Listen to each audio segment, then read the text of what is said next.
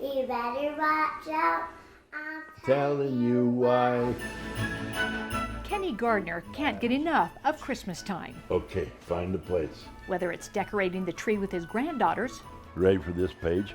or reading a storybook, it's all about family time and celebration. I want to do a few things like go down to Temple Square. I want to go and hear some of the musical programs that we have and just the whole Christmas season, and then share that with people I love. And then you get to the religious side of it and Christian and Jesus Christ and everything he did for all of us. The presents pile up fast. For Kenny, it's also a time of great reflection on his best Christmas ever. It came 9 years ago after receiving the greatest gift of all, the gift of life and more time. I was very, very sick. I was dying. Kenny was born in Ogden and grew up in Clearfield, where much of his life revolved around basketball. At 6'5", he led Clearfield High School to a state title, was a 3-time all-conference player at the University of Utah before playing professionally in France. Pour Ken Gardner, le numéro 9, pour Plateau qui a remplacé Gall, et Gardner, Ken Gardner qui rajoute... We were French champions my first 2 years there. I was voted MVP of the country those years. And then I just really enjoyed everything about it. It just opened my eyes. This little naive kid from Clearfield, Utah. We played in the European Cup, and we played against the champions of Spain and Italy and Israel, Greece, Yugoslavia, anyway, all over Europe. And I really enjoyed my time. Time. It's only 55 years ago. Doesn't it seem the older we get, the faster it flies by? Kenny felt that way, especially when basketball no longer ruled his life. When you're playing ball, that's all you're thinking about is playing high school ball and then get to the college level, and then the small percentage of people that can play professional ball. That's all you're thinking about. That's all you're working on. So now all of a sudden, maybe it's not quite as important. Family's important. Children, grandchildren, siblings, dear friends. I don't know. I'm a lot more aware. People my age, 10 years younger, people are dying all the time. So we never know. Kenny was dying in 2013 at age 65, and he knew he didn't have much time.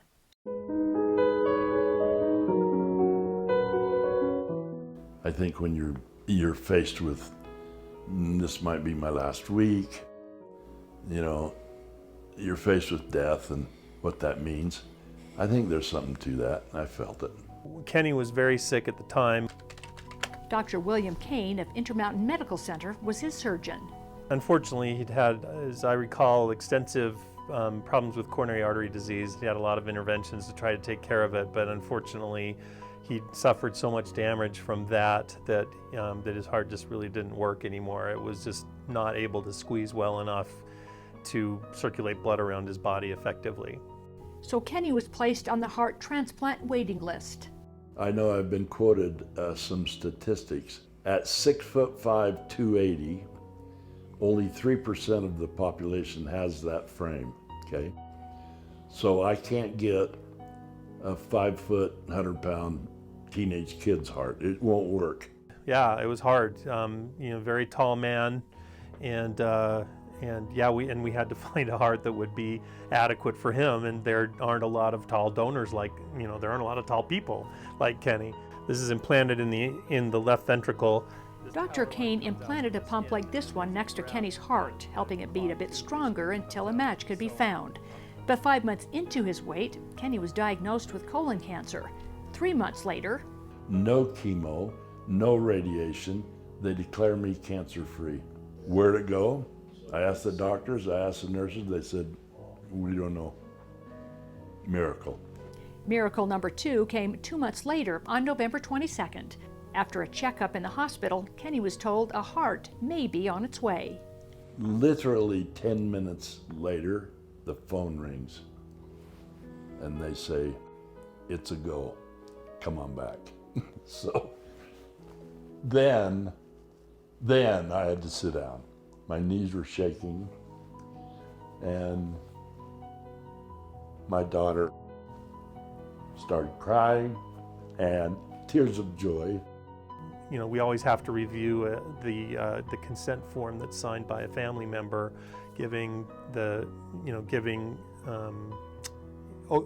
basically approving to have their loved one be an organ donor. And when I see that signature, I always think of all the tears that are behind that. It's heartbreaking. Someone has been faced with an unbelievable tragedy. That someone was former BYU offensive lineman Nick Longshore, who died in an ATV accident.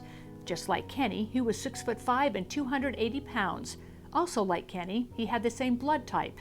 It was a Cougar saving a Ute. It's very improbable for sure, and we didn't think it would happen as nearly as fast as it did. We thought it would be months or years of waiting on this heart pump. His young wife Caroline, pregnant with their daughter, made the agonizing decision to end life support and donate her husband's heart, giving a total stranger more time. Yeah. 6 months later, I was able to meet Caroline Longshore and met Nick's mother and met the family, and then was able to meet baby Hannah. To be able to come to grips with the actual family of my donor, who had been going through tremendous loss and heartache with the death of my donor, Nick Longshore, that come to grips with how fragile life can be, that was a monumental moment in my whole story. A moment that has stretched into 9 years, allowing Kenny to travel and enjoy time with his 5 children and 15 grandchildren. We just had our 55-year high school reunion, and there's a lot of them that are no longer with us. So when you say hello, when you shake someone's hand and you give them a hug, it seems to hit home that, how many more times are you going to be able to do this? Now Santa can leave at last. Make the most of this moment now. Okay. Don't put off things. Try to get the most out of your blessings and your talents now. Who knows what's going to happen tomorrow? And you thank Heavenly Father every day. Caroline is now married to Peter Clark, and they're a beautiful family of 5. Shortly after his transplant, Kenny began Hearts for Hearts Scholarship Foundation, giving scholarships to families of organ donation. Caroline and Nick's daughter Hannah is its first recipient. The demand is much higher than the supply. And that's why organ donor awareness is very important to me, and my foundation is what we're all about, is the #1 purpose. So for a program that actually saves lives, pretty dear, pretty important. I went through it. I wouldn't be here without it.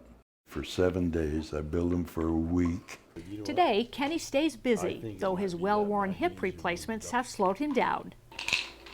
His daily dose of nearly 30 different medications helps to keep his young heart pumping. Every checkup has been fine. I have no rejection. I'm 73 and I look and feel like I'm 83 sometimes, but I've got a heart that's 40. I'm going to live for 30 years. That's a lot of time. Extra time thanks to Nick Longshore's heart. Time Kenny will never take for granted, especially Can you get it? this Christmas season. Here's the end of the story. I don't need anything else. I've had my gifts. So I'm looking forward to spoiling my kids and grandkids with gifts. I don't need any more. I've had my miraculous gift. Merry Christmas, everyone. Merry Christmas, my angels. For Beyond the Game, I'm Kathy Aiken, KSL.com.